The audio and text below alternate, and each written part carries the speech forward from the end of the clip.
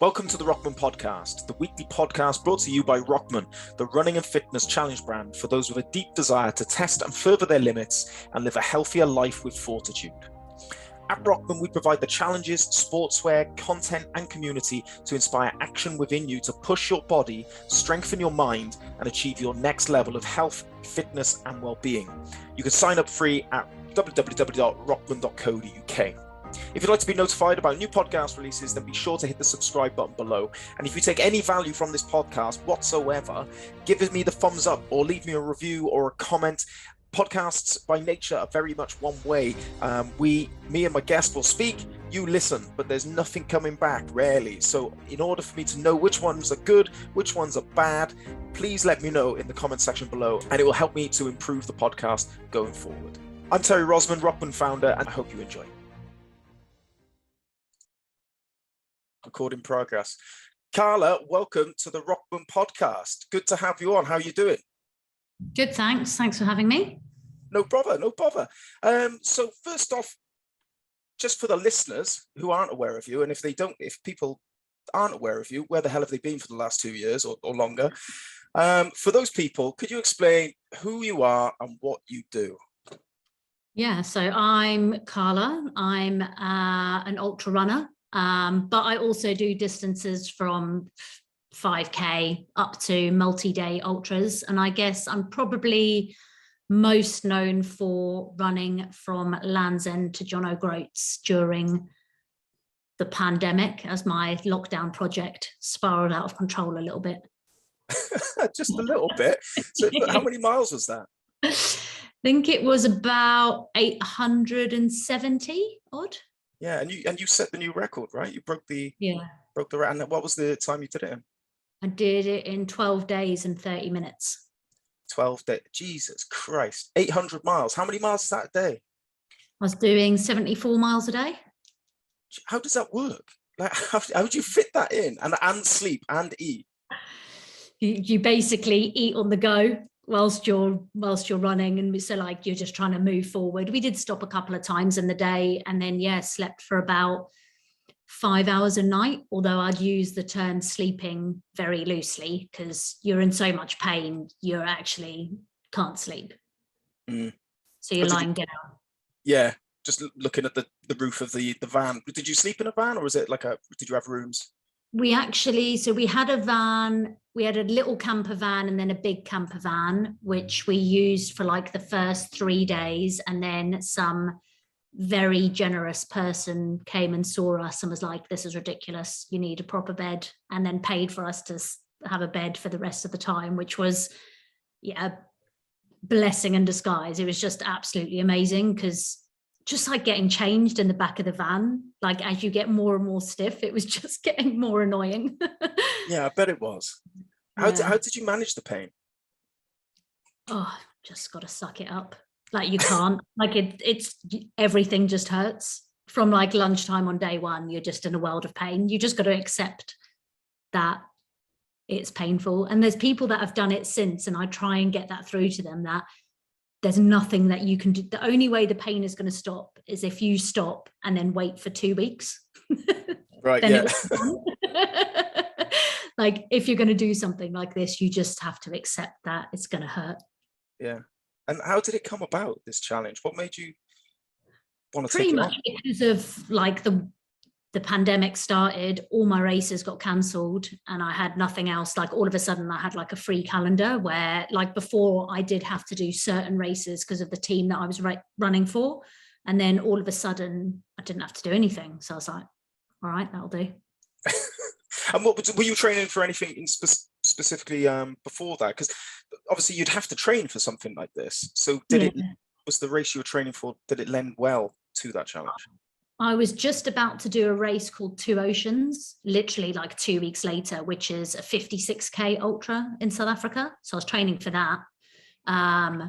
So yes, it was an ultra, but not really.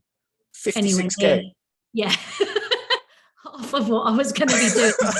I was very fit. Like I was probably like at that point the fittest I'd ever been. Like I'd had a really nice consistent block of training, so I didn't just start off having done no running. Yeah.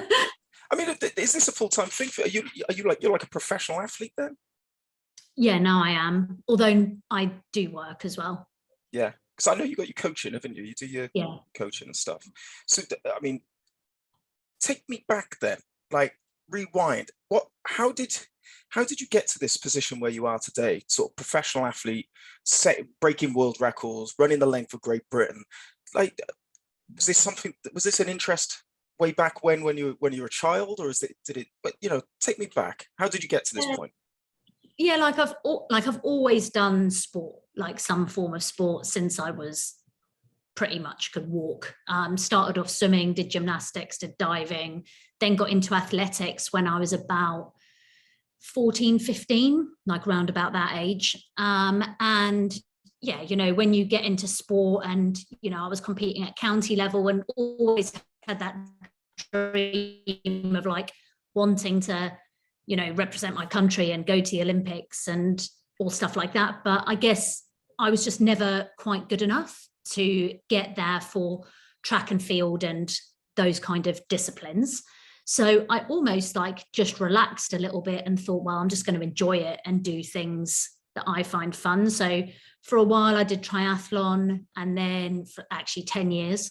But then I just got bored of like having to like take a wetsuit off and jump on a bike, and it's just a mission. I was like, running's a lot easier. I can just put shoes in my bag and you can go and do it anywhere. And then I started to get into the more like adventurous side of running. So I did set my own little challenges, like I ran from London to Brighton. I ran around the Isle of Wight. I did the Tour of Mont Blanc, which is a circular route around Mont Blanc and the Alps, the Hort route. And I was kind of organizing those type of things for myself and my friends, just going out and having fun on the trails and the hills, doing stupid stuff. And then in 2018, I got asked if I wanted to do a run from Cape Town to Comrades. And Comrades is like the oldest and biggest ultra marathon in the world. You get like 20,000 people running 92K. The entry is actually open today, coincidentally. And so, yeah, we tried to do this run from Cape Town to Comrades. Everyone like got broken at some point in the run. There's like all of us just like hanging on for dear life, because it was like we were trying to run 90 kilometers a day for 20 days. And then got to the race, and I still don't really know how, but I came 9th. And if you come in the top 10 in Comrades, like that's quite a big deal when you get like a special gold medal. And everyone was just like, who are you? Where have you come from? Like, I wasn't in a proper team. I was just running in my like normal like running clothes. Everyone else is like a professional, and I'm like, kind of felt like I got there by accident a little bit. And then it was like 2 days later, Team GB phoned me and said, we want you to be part of the 100-kilometer world championship team. Like, are you interested? I was like, am I interested? Yeah.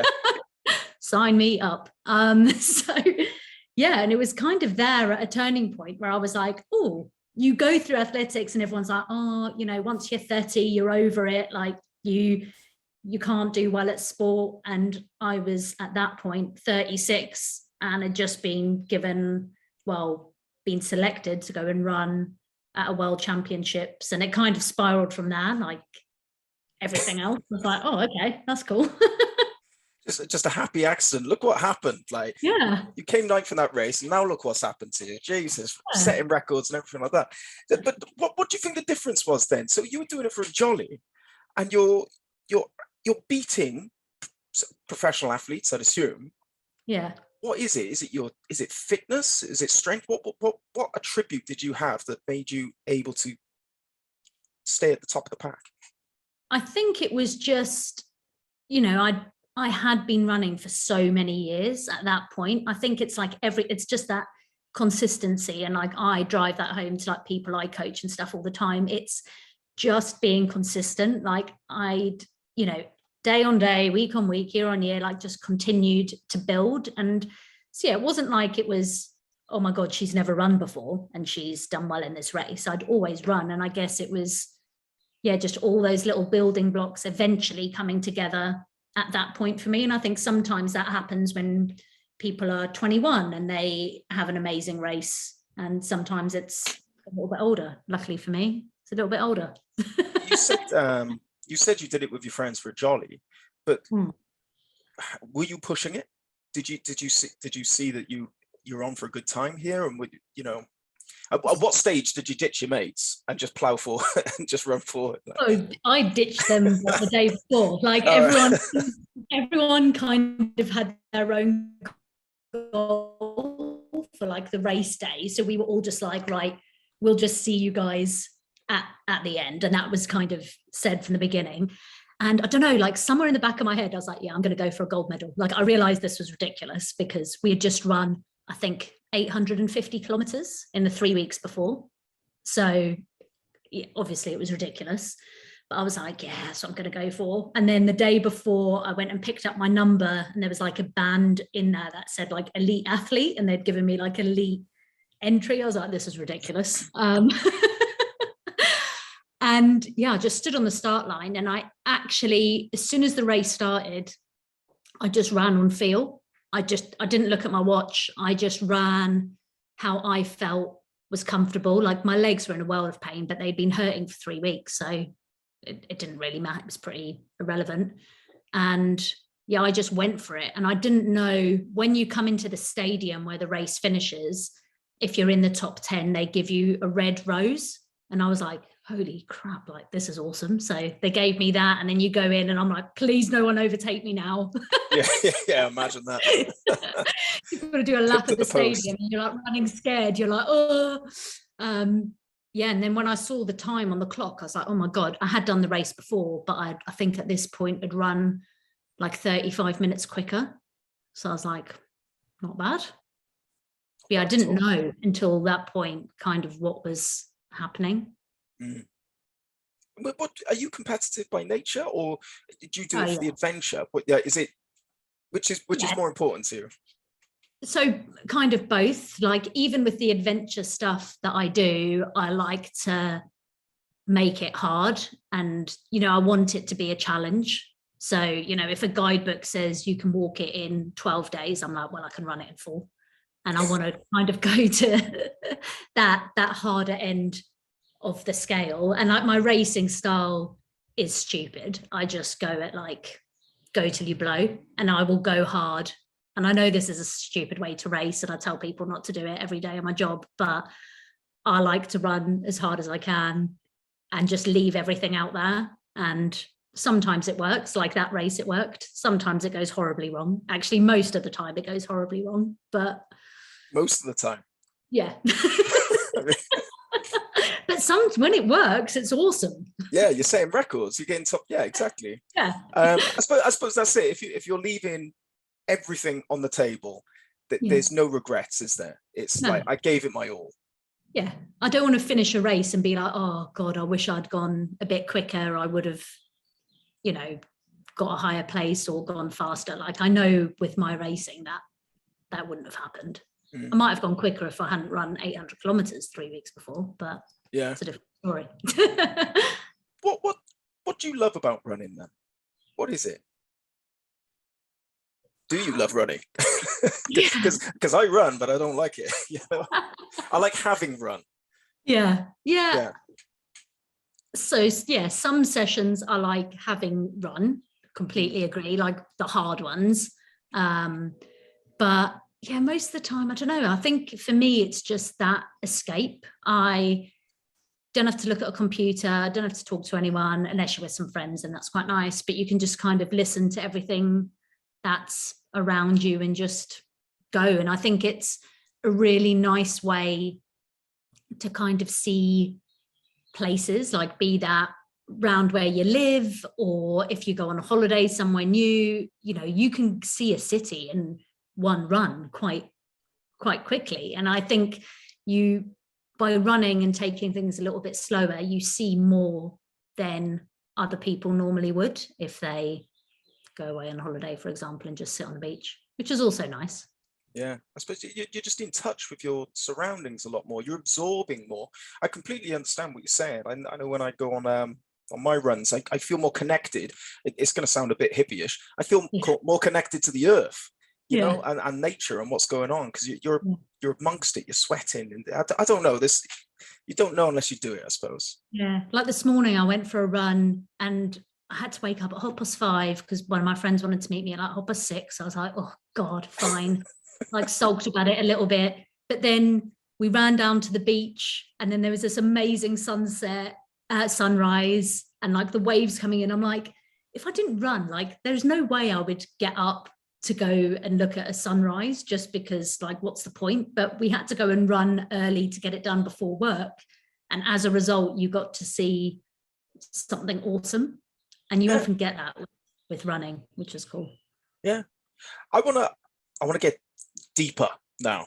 I want to know, what has been your hardest challenge or biggest test? Yeah, Le Jog, which was Land's End to John O'Groats. Yeah, it was way harder than I thought it would be. And it started to get hard earlier than I thought it would. So yeah, from lunchtime day one, because I went off too fast. And how was it hard? What was just tough? hurt. It's just painful. Like your feet hurt, your legs hurt, and like every day it's something different. So you're like, okay, my quads have stopped hurting. Oh, but now my hamstrings hurt, because you're constantly like adjusting the way you run to kind of offload some of that pain. And then when my hamstrings stopped hurting, I then ended up getting like ulcers in my mouth from eating so much. So then like really? your tongue hurts, and then you're like, oh my God. And then I got like a skin infection on my shin, and then my shin hurt. So it was just this constant battle of like fighting fires, all to go for a really long run. Now I've done a few endurance challenges in my time as well. Nothing nowhere near as big as what you've done. But I always found that it gets to a point where it's not about strength or fitness, and it's purely about fighting fatigue, and just like your fuel tank is empty, but somehow you still got to move forward. How much of that was a factor on that challenge? Yeah, I think that challenge, I was actually really good with my nutrition. So I was eating every 30 minutes from when I woke up to when I went to bed. So that side of it I found actually was fine. I never really had a slump in energy. I think with doing something like that, it is just that it's all in your head. Like you just have to keep on moving forward and just accepting that it's going to be painful, but you've got to have your reasons for wanting to do it. Either it's a challenge to yourself, you want to break a record, you want to explore a country, like you have to have that reason like rooted down. Otherwise it's very easy to quit. And I find actually like what was interesting is when I did that one from Cape Town to Comrades, there were 6 of us that did that.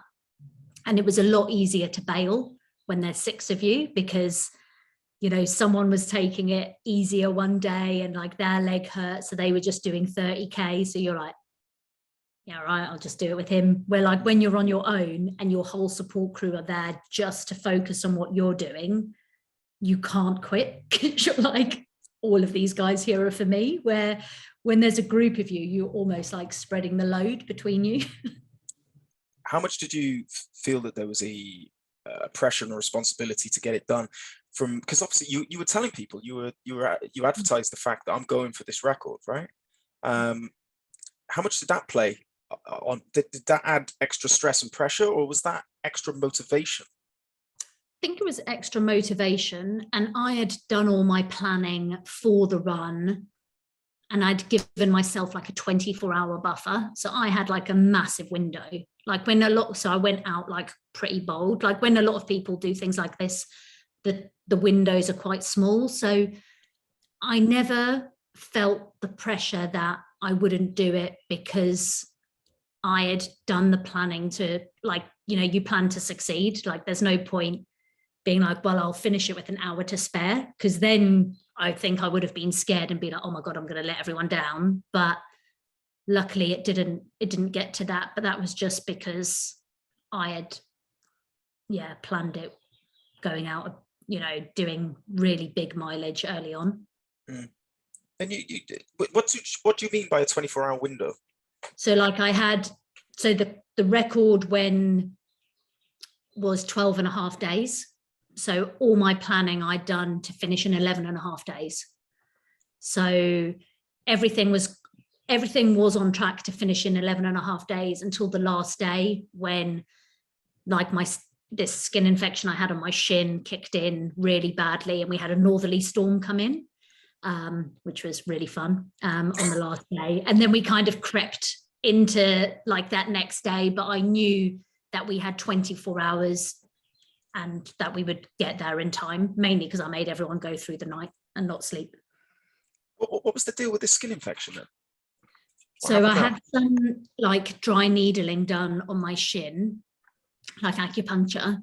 And yeah, then my shin, we thought it was tendonitis, and it was just like chance, where one of my friends was a doctor and he just happened to be there, and he took a picture of my shin and sent it to his other doctor friends. And one of them was like, oh, that's cellulitis, which is a skin infection.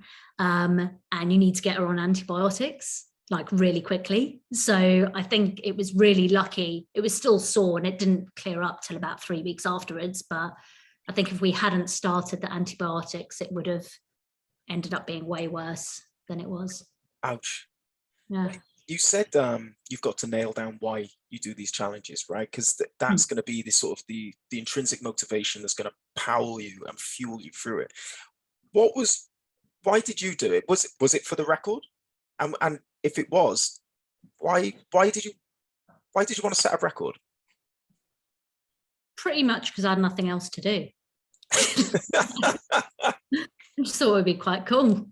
Yeah. I'd read like Mimi Anderson's book, who had the record like 2 people before me, and I'd read a book about 6 or 7 years ago, and I remember reading it going, she's on drugs, like why would you want to do that? Like it sounded horrific. I was just like, absolutely no way. But I guess it somehow actually planted a seed in my head. So then, and I think as you do more of these like challenges and they get a little bit longer and a little bit further, you're like, when you first start them, and the furthest I'd probably run at that point was a marathon, I was like, I can't even think of running multi-day, like that's absolutely insane. But I guess each of the challenges that I've done is kind of built on the next one. So then by that point, which was March 2020, when I decided to do this, I'd had a lot more experience, and I had this huge map on my wall, and I was just like, yeah, that'll do. Do you do it to prove something to yourself, or do you do it to prove others wrong? Is either of that an aspect of anything of this? Yeah, probably both. Probably be like, can I do it? Because the South Africa one didn't quite work out, and I was like, I think I've got more in me, and I'd learned a lot from failing that one. I'd learned a lot about the next one, so I was like, I want to see if I can do something similar. And yeah, I guess some of it is like a bit showboaty, isn't it? Be like, because otherwise why would you go for a world record if yes, but you want to pump your chest, don't you, and yeah, say I am. Yeah, definitely. And there's nothing wrong with that. Yeah. What's been your lowest moment then? It could be on this challenge or any other challenge, and how did you push through? I think my lowest one was, I was training really hard for a marathon in 2018. My training was like going really well, and then something was wrong with my shin. I didn't quite know what it was. I'd been to the physio. They were like, oh, we think it's fine. And then I went and did the marathon, and I was just in a world of pain. And I came away from that being like, nah, something is properly wrong. I had a scan on my leg, and turned out I'd had a stress fracture in my shin. And it was because I'd like stacked it and sprained my ankle, and I'd given myself a stress reaction. And then I had to go in a stupid boot for 6 weeks and wasn't allowed to run. And yeah, so that was from like the day before running a marathon with essentially like a fracture in my leg. to the next day being told, well, yeah, you can't run for 6 weeks and you can't do anything lower body. So I was like, what? How did you manage? Yeah, I kind of just turned it around. I was like, right, okay, what can I do? So I could go on, I don't know if you've ever been on those ski erg machines. Yeah. Yeah, so that became my friend. I could aqua jog. I could swim, but with a pool boy. So I basically just did everything else except running and just tried to stay fit. But yeah, that was boring. Yeah. Did it frustrate you? I suppose it frustrated you. You just couldn't get out. You can't do any. And 6 weeks is a long time. Yeah, to be stuck in a gym as well. You're like, you can't even do it. You couldn't even go for like a nice bike ride because I wasn't allowed to do anything on my legs. So I was like, well, this is great. And so how did you get through that? You said you did other exercises. Was it about sort of keeping you busy, keeping your mind busy, just keep moving somehow? Yeah, pretty much. I kind of made myself a program to be like, okay, well, what can I do to stay as strong as possible? And then, you know, at the end of that 6 week block, I think I then had like 5 weeks to go until Comrades. So I was like, well, I'm just going to see if I can do Comrades off cross training. So which one was Comrades? Comrades is the one you came 9th? Yeah, so it was the one the following year. So that year I'd come 9th. I then had a stress fracture and thought, okay, well, I'll now try and do it with no running training. Don't do that. It's not good. Oh, so that was the second time you did it? Yeah. Hang on. Which way? So hang on. Did you have a stress fracture, not train for 6 weeks, then just have 5 weeks to prepare and then come 9th? No. Oh, so right, we ran Cape Town to Comrades. Yeah. The last day of that, we did Comrades. And the following year, I had a stress fracture and couldn't do it properly. And you gave it a go off 5. And did you do any running in those 5 weeks? I ran, I think it was like 115 kilometers. And like my longest run was 15K, which is not long enough if you're racing 92. No, it wasn't. How did that go down? Oh, it was fine actually until about halfway. And then just my body, it just wasn't used to like any impact. And so I was just like, well, I'm just going to enjoy it. And like saw some friends and like my cousins and stuff on the side of the road, so I could stop and chat to them and just walk up hills and just be like, whatever. I can imagine. Like after like an injury like that, how long does it take until you're back to full fitness? Probably 3 months, I reckon. Just and what? How do you do? Is it just building up steadily? Just gradually, yeah. Because after that, I had to do some stuff in like an anti-gravity treadmill where they basically blow this big balloon up around you, so it's not your full body weight going through your joints. So you do that for about a week, and then you've got to do a run-walk program where you run for 1 minute, walk for 4 minutes. Then 2 days later, you run for 2 minutes, walk for 3 minutes, and you build it up until you're at half an hour. And then it's just like a normal program. You then just like gradually increase your training by like 10% a week.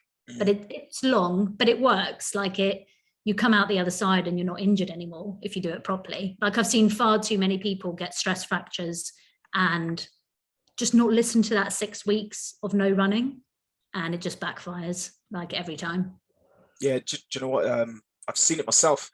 I've had bouts of tendonitis before, and there's been bouts where I've tried to run through it and then it just gets worse. And then there's the ones where you have to rest and then slowly build it up. And do you know what? In my old age now, I need to steadily build as well. I'm not 20 anymore, where you can sort of just start running again. It's like it's so important to just gradually build it up. What's been your biggest failure then? We've talked about the wins, but what's been your biggest failure? And this could be running challenges or in life. Yeah. How did you learn from it? Oh, I fail loads. There's been loads of races that last year actually was probably my biggest year. So I just signed with Hoka as one of their athletes. So for me, I was like, okay, I've got all these races that I've got planned that I want to do well at. And the first one, which is called Canyons 100K, which is in America, which I'm training for again at the moment, I started the race and then I just couldn't get any fuel on board and had an upset stomach for like from 10K in. And I was like, this is not good. Like, this is not going well. And eventually, after basically walking for 50 kilometers, I then had to pull the plug and like DNF, which was just sold. Like, I would drag myself to a finish line. I would prefer to do that than to DNF, but I just couldn't eat anything. And I was just like, this is just ridiculous. I can carry on walking all day, but I'm never going to get to the finish line. So that for me seemed like a massive failure because, you know, sponsors and stuff are there, and then all of a sudden you're not performing. And I was like, well, this is ridiculous. And then I went and did the British trials in July last year for the Trail World Championships. And the same thing happened in the race, like no energy, couldn't really walk. Everything was going blurry, upset stomach. Again, halfway, I was like, I have to stop. Like, what is going on? But I kind of used it as almost like an opportunity to be like, right, what is wrong? And luckily I've got like some awesome people that I'm surrounded by. So like great sports nutritionists, sports dietitians, like Rena McGregor, who was like, I think it's your hormones. And I was like, nah, like, how could it be my hormones? Like, what's wrong with that? And she's like, let's just do some blood tests. And we did them. And I was getting like an upset stomach on these runs because I didn't have enough energy. So it was like almost going into like red S, which is like low energy availability. And I thought I was eating loads because I eat all the time. And all of a sudden I was underperforming because I was under fueling my body. And it like, that seemed like a massive failure because I hadn't done it intentionally. And I know like eating disorders and stuff, they're really complex, but I found that really hard to accept because I was like, this is not fair because I haven't done it on purpose. If I'd been like, well, I want to be thinner, so I'm not going to eat, then fine. I would then understand like the circle that I'd gone through, but I was not finishing races and feeling awful in them because I wasn't eating enough, just, yeah, for some reason. But yeah, ended up getting some help with nutrition, got a new coach to help look at my training, and changed everything up last year. I still had one other bad race at the end of last year, which was CCC, which is a mountain race out in the Alps. And energy wise, I felt better, but still I don't think I was still completely better in myself. So actually after that race, I decided to cancel all my races for the end of the year and just eat food and get a nice base in with my training. So yeah, I think last year was a bit of a failure in terms of I had 3 bad races, but it also meant we got to the bottom of the problem like really quickly, instead of, you know, just plowing through and being like, no, the next race will be good, the next race will be good. And that's why I think like getting bloods done and speaking to nutritionists and sports dietitians is actually really helpful when you can fix things quicker than letting them drag on forever. Yeah, I had a sports physiologist on recently, Dr. Colin Robertson, and he was saying that it's like the modern athlete is all about sustainability, whereas before they would have said, keep plowing forward, you know, just keep going, grit your teeth. You made the right decision to sort of stop and reassess and reflect and fix the problem in order to keep going on longer. What changes did you make to your diet then? Was it a matter of calories or was it macros, micronutrients? Just calories. So basically now what I do, I pretty much double the amount that I have for breakfast in the morning. So before I was having like a bowl of porridge, now I'll have a bowl of porridge with fruit and a bagel for breakfast, and I pretty much have that every day.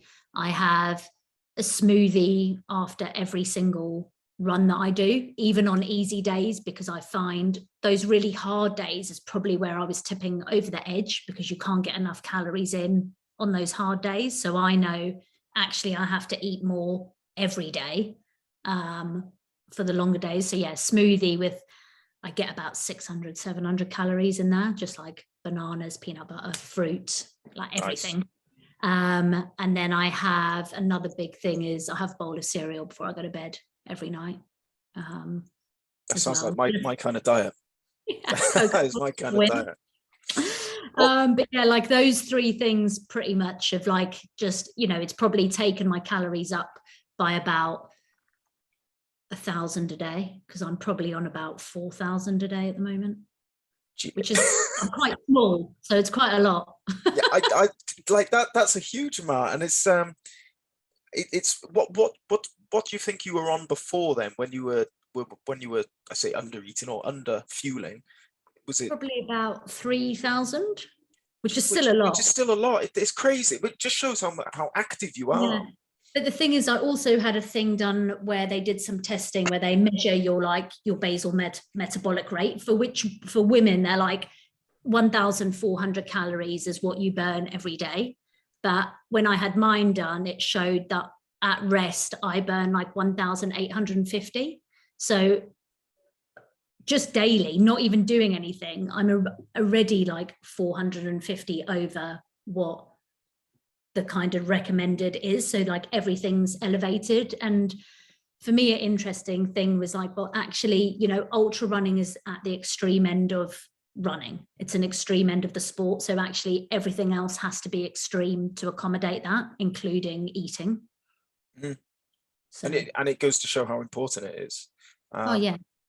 And I've seen so many women, like really unfortunately, not catch it soon enough, and then their careers have just ended and they've not been able to kind of dig themselves out of that hole because it's gone too far. Mm. So I think I'm actually really lucky that I had someone that was like, I think this is what it is. And I was like, nah, don't be ridiculous. Yeah. So have you raced since, or are you waiting? No, yeah, I have raced. So I did a 10K in December, half marathon in January, and marathon in February. And I've actually got a PB at each of those distances. Oh, so cool. You're absolutely firing on all cylinders now then. Yeah, it feels good to be like, right, we're moving in the right direction. Yeah, and I noticed those races are increasing in distance. You're getting back to the big ones, right? Yeah, so I've got 100K in pretty much a month today. And where's that? That's in America, in California. Oh, very nice, very nice. Bit of sun as well. Yes, I'm here at the moment, so. You're in California now? Yeah. Are you? Yeah. Oh, Jesus, I didn't realize. Are you not based in the UK, or are you out there now training? Just training for this race. So. Oh, that's not bad. I didn't even realize. And there's no lag either. So was it in time? The delay. Oh yeah, there's no delay. Yeah. We're like 8 hours behind you, something like that. Oh, right. Yeah, because I'm off to bed after this. Yeah. I'm off to the beach. Yeah, I know, you're off to the bloody beach. What are the critical factors when training or preparing for a challenge that you have to do? And what are some of the common mistakes that you see people making? I think you need to adapt your training for the race that you do. So like races are different. Some of them, like if you're just going and doing 10Ks all the time, you know, that's fine. The profile of the course is the same. It's probably going to be flat. There's a certain way you train for 10Ks. It's actually not that difficult. But I think if you're getting into more complex races like multi-day, trail, ultra, you need to kind of look at the course that you're going to be running on. Like look at the type of hills, look at the gradients, look at the elevation profiles, look at the surface that you're running on, and really try and mimic that as much as you can. And, you know, I see it quite a lot where people are like, well, yeah, but it's flat where I live, so I can't do all these hill reps. And I'm like, well, you can get a treadmill. Like it's not ideal, but it's better than nothing. Or you can travel, or you just got to accept that actually when you get to the race, it's going to be harder than it needs to be because you haven't done training that is specific to that race. So, you know, you can't train the same way. Well, you can, but your life's just going to be a little bit harder for like all of the ultra trail kind of races that you do. And that's what I find fun about doing different distances and different terrains, because they all throw like a different like piece of the puzzle. You're like, okay, what can I do? So for this one, I'm doing very different training than what I've ever done before. And we're just trying to get massive elevation in all of the runs. That's kind of why I'm here as well. I'm lucky I can do my job from anywhere, but I was like, to best prepare for this race, I need to go to America because the hills in the Chilterns are not as good. Yeah, no, I can imagine. And when you've got, you know, a big training camp ahead of you, or you know, your week to week training, how do you stay motivated? I just want to tick off the sessions. So, you know, I'm very goal orientated. So I like to have a race at the end of a block. Like I would find it very difficult just to train for the sake of training. And like when I coach people and they're like, oh, can you just train me? And I'm like, well, what for? And they're like, oh, just to get fit. Like I find that as a coach really difficult to do, because I like for them to have something to work towards, because I think you're more likely to stick to your goals if you've got something at the end. So yeah, I guess I kind of stay motivated just by having a race at the end of each cycle. Yeah, no, it's quite right. And that's one of our sort of values or beliefs at ROKMAN, because we are a running and fitness challenge brand, and the challenge is the key part of it. And it's because it gives you a tangible goal to aim for, and it keeps people motivated. And then that satisfaction of achieving it at the end as well, that you get, and the confidence you build, it's all down to the goal. And yeah, I'm not against people that go to the gym for the sake of going to the gym, but I truly believe you need to tie it into something tangible. Yeah. And I think like if that works for you and you're happy just like ticking along, and that's great. But I think if you do a sport and you have that competitive instinct, like you want something at the end of it. And it's nice, even if it's just competitive with yourself, like, can I beat my time? You know, can I do better? That it doesn't have to be, I want to win the race. It can, you know, there's loads of different goals within one race that you can pick. Yeah, I think it's especially true with running, because I mean, the vast majority of the people are not going to win that race, right? And it is basically, it's you v you. Yeah. Beat yourself. If you weren't running, Carla, what would you do? If you weren't running, if you weren't doing challenges, what would you be doing if you didn't go down this path? Don't know. I'm sure I'd be doing some other sport. I don't know what. Yeah. Which sport? Any idea? Don't know. I guess I tried triathlon for a while, which like everyone was like, oh, but you should be really good at the bike because your power to weight ratio is like really good. I'm like, yeah, I should be, but I'm not. I'm rubbish. Don't know why I was rubbish on the bike, but I am. Yeah. I don't know what other. You can't do triathlon anyway, because that's got running in it. Yeah. The question: if you weren't running, I don't know. Wrestling. Too hard. Wrestling. Maybe. Wrestling. Yeah.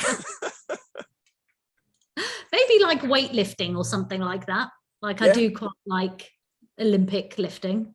Yeah. Like I think it helps running, but actually that would be quite fun. Do you use it? Do you use Olympic lifting and strength in your routines then, your workouts? Yeah, like I'm a big advocate for strength and conditioning. And what kind of things you do? So yeah, I've got a whole program called Strength Conditioning and Yoga for Runners set up to like get runners doing strength stuff, mainly because it just stops you getting injured and it makes you quicker. And it just baffles me why like runners don't want to do it. Well, I know why they don't want to do it, because it's boring, but you know, I've tried and make it so it's like 30 minutes once a week. You don't have to do loads, but we do a lot of like single leg work, balancing, plyometrics, core, all that sort of stuff. So, you know, squats, lunges, cleans. Yeah. And how often sorry, all that good stuff. All the good stuff. And how often should people be strength training in their program then? I think, you know, once a week, if you can do that once a week, and then do, like, we also do like a mobility session once a week, but you're consistent and you do it every week, I honestly think that that makes a difference and can improve your performance. Because I see it so often, like, people join my program and they're like, can I do it 4 times a week? I'm like, no. I'm like, because I know what will happen. Like, you'll come and you'll binge on it for a month, and then you'll hate it and you'll never do it again. And I think it's better to look forward to it and be like, okay, awesome. Like, next week I get to do strength again, or I get to do mobility. And yeah, just being, I think consistency is just like the biggest thing. Just do a little bit every week and you'll get better. Don't go and say that I'm going to go and do it 3 times a week, because you won't. Yeah, and again, we're going back to sustainability. Is too many times people will bite off too much than they can actually do. And they won't be able to I can't say the word today, sustain it. Yeah. And like, runners just want to run. We'll go and run for 8 hours, but they won't do 30 minutes of strength, where I'm like, if you just have to do it once a week, I find that that's a lot more manageable. And there's loads you can do in 30 minutes, because we just do it as a circuit. We just like hammer it, 30 minutes, done. Yeah. But this is your opportunity to tell me off now as well, Carla, because you do the yoga, right? Yeah. Now, how important is stretching? Because I really struggle. You say about finding half an hour for a strength session. So you do an 8-hour run, can't find half an hour for a strength session. I can't even find 10 minutes for a stretch. But how important is that aspect to the whole plan? Yeah, like, you can. I bet you sit and watch TV at night. Yeah, I do.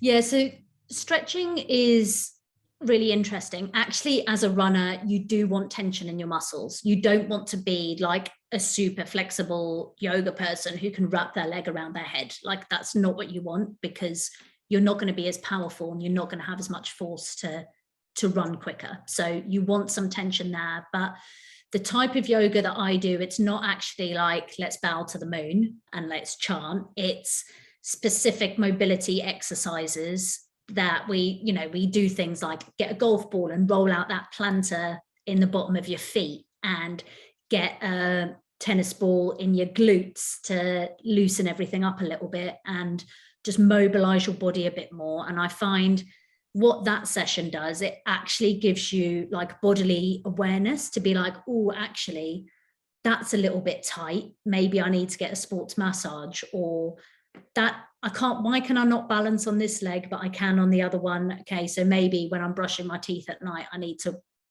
balance on my left leg and make it a little bit stronger.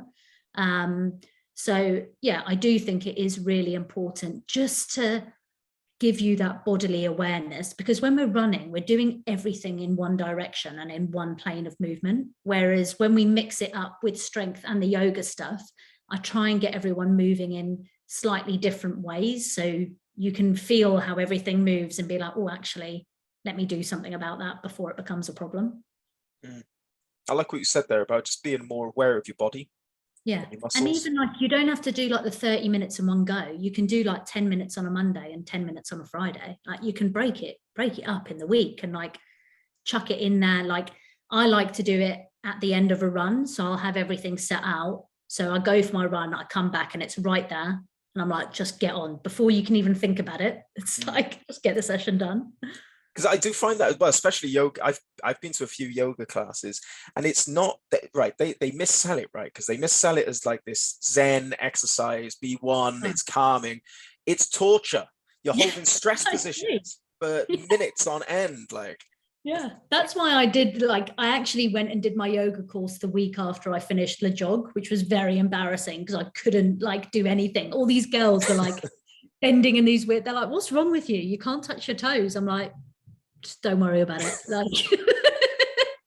but I wanted to do yoga for people that can't touch their toes, because it was annoying me going to these yoga classes and the yoga teacher was like, well, you should be able to wrap your leg around your head. I'm like, should be able to learn French, but I can't do that either. So go away. And actually, as a runner, do I need to be able to do that? No, I don't. So yeah, I kind of pick the bits that I think are relevant and package it, because some of those classes you're just like, what? Sorry, you want me to do what? Yeah, no, exactly. No, at ROKMAN, we're very much focused on mental resilience and building that through physical pursuit, because we obviously believe that mental resilience is the cornerstone for living sort of a healthy and fulfilled life.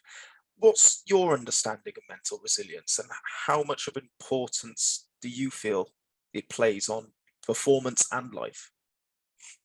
Oh, I think it plays loads. Like definitely the challenges and stuff that I do, I think most of them are down to mental resilience, you know, having that, mental resilience to be able to push through things when they're tough and keep on going, even if you're at the bottom of a dip, like having a stress fracture and you can't do the thing that you love, like having that, that mental game to be like, well, actually, where do I need to get to and how can I get there? Same as like when your legs are hurting in a race, it is a little bit of sucking it up and being like, well, actually, if I just embrace this pain for another half an hour, then I'm going to get a PB. So it's like half an hour for pain for like bragging rights for a week. So yeah, I think it is massively important. And sorry, go on. Oh, sorry, I butted in. But how do you embrace that pain then? Yeah, is it a matter of sort of telling yourself that there's a reward here, just keep embracing it, you will get to the end? Or are there any other sort of techniques? Or yeah, like I just try and distract myself. So I just do things like, okay, I'll either count up or count down like the kilometers in a race just to give myself some distraction to get through to the end and basically stop thinking about my legs that are hurting. When can I eat again next? Like, when's my next gel? Counting down the minutes to that. I then try and like guess how far I am in the race. And I just try and play little games with myself, mainly as a form of distraction. To get to the end, because it hurts. And I think it hurts anyone, no matter like if you're Kipchoge doing a 2-hour marathon or you're Steve doing a 4-hour marathon at the back, it hurts everyone the same. It's just if you can accept that it does hurt a little bit. Yeah, I like that. Distractions. Yeah, just take your mind. I don't know if you must have done sort of cold water therapy. You must have, a part of your stuff. But yeah, it's horrific. Yeah, I find if someone's there talking to me, I can stay in twice as long, and it's just pure distraction. I did the same when I was in Chamonix last year. I actually sprained my ankle, so I was doing like ice baths in this glacial river. And the first couple of times I was just sitting in there by myself, like for 10 minutes, thinking this was the worst thing ever. And then about halfway through, this other girl ended up being at the river at the same time as me. And we were like chatting, sitting in there together. And then we had been in there for like half an hour. I'm like, what? It was great. It just flew by because, we were distracting ourselves from the pain of sitting in 1 degree water. Yeah, 1 degree, Jesus, that's almost ice. That is almost ice. How important do you feel that then how do you feel it carries through to day-to-day life and sort of dealing with the stresses and pressures of life? And how important is then that resilience to life? Yeah, I think you always have stress and pressure with the things that you do, but I think you almost have to like weigh up if what you're doing is urgent, if you need to do it now, if it can wait a little bit, and breaking up your day or your week or your month into almost like those bite-sized manageable chunks. Like a race, you break it down into your mile markers, or your checkpoints where the aid stations are. I think just breaking down everything that you do day to day is a nicer way to do it, like making that to-do list, right? What's priority A, B, C? And then it becomes less overwhelming than when you look at something. Like sometimes I look at my diary at the beginning of the week and I'm like, okay, good God, like how am I meant to do this? But actually I spend a little bit of time getting everything in the right place, seeing where my free time is, putting my training in, and then making sure that you're not biting off too much. So you can achieve everything that you've set out in that week. And I guess I almost have like week to week goals I'm trying to tick off. Yeah, I think that's so true. And you're quite right. It's perhaps when you do have this overwhelming target or aim in front of you, it's to you. The first thing you should do is sit down and plan and break that target down into those achievable chunks. Yeah. I think that I'm going to butcher this now, but I think it was Abraham Lincoln that said, if you give me 5 hours to chop down a tree, I'll spend 4 of them sharpening the axe. And Yeah. I think that's so true. It's like, analyze the problem, whatever it is in front of you, break it down into those small chunks, and then you're just aiming for those little chunks each along the way. Yeah, and then it's just so much easier than when you're looking at it being like, you want me to do what? Yeah, no, totally. What inspires you, Carla? What or who inspires you? Oh, I don't know. That's a good question. I guess other people that I race against, like I like seeing what other people are doing, what other challenges are out there. So yeah, a lot of the other girls that I compete against, they inspire me because it's pretty cool seeing them kind of crush it and being like, oh, can I be that good? Like that's quite nice. And yeah, just seeing other people do other challenges, you know, if it's running the Welsh Coastal Path or running across America or New Zealand, they like plant those little seeds. So you're like, right, what can I do next? Yeah, no, I can imagine. Yeah, but I suppose that's how you did the jog, wasn't it? So pretty much. That woman you watched inspired you, planted that seed. Yeah. What's the most important thing you've learned then in life? In life. Big question. It's a big, broad question here. But it could be running, it could be the challenges. But like, what's the most important thing you've learned? And it could be something external or it could be internal about yourself.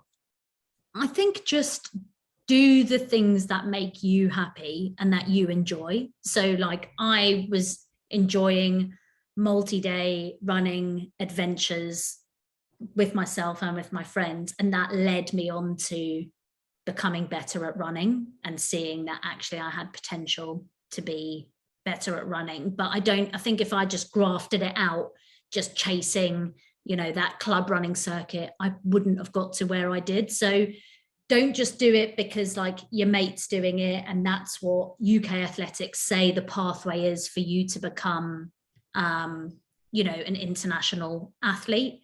Actually carve your own way and be like, well, actually, that looks quite fun and I want to do it because, yeah, it's going to be more enjoyable and actually it can circle around and get you back onto that path anyway, which it did for me, which I think is quite cool.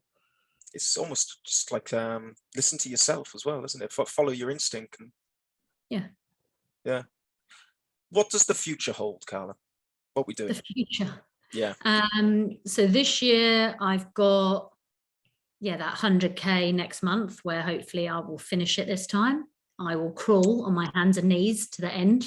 I'm sure you will. If I have to. And then I've got Comrades again in August this year, if I can enter. Like the entry's open today and the system doesn't want to let me enter, which is stressing me out a bit, but hopefully that race. And then maybe, depending how well the race next month goes, the Trail World Champs later in the year or the 50k European Champs, I think is kind of on the horizon. Awesome. Any personal challenges? Any world records being broken? So I do really want to do America, but I've kind of decided that like those big challenges break you and they take such a long time to recover from that I've probably got, you know, 5-ish years left like competing at the level that I am. So I kind of want to do as much as I can then, and then I will go and break myself running across America. So good luck. Yeah, go break yourself, Carl. Like do it. Yeah, like a lot of people that do it end up breaking themselves. So I'm like, actually, it's probably not sensible to do it now where I want to keep on running, where you can kind of do it later down the line where it doesn't matter as much. Yeah. And if people want to follow your journey and follow your races, how can they follow you? So either Instagram's probably the best place, just Carla Molinaro. Facebook is the same. And yeah, Instagram's probably the best place to see my running adventures. Awesome. I'll put the links in the show notes as well so people can click straight on. Thank you. But thank you very much. That's it. Pleasure. Thanks for having me. No, thank you. I think it was a great chat, and I think people are going to get a lot of sort of insight and information and inspiration from it. So thank you very much for taking your time. Pleasure. Catch you soon. Bye-bye. Bye.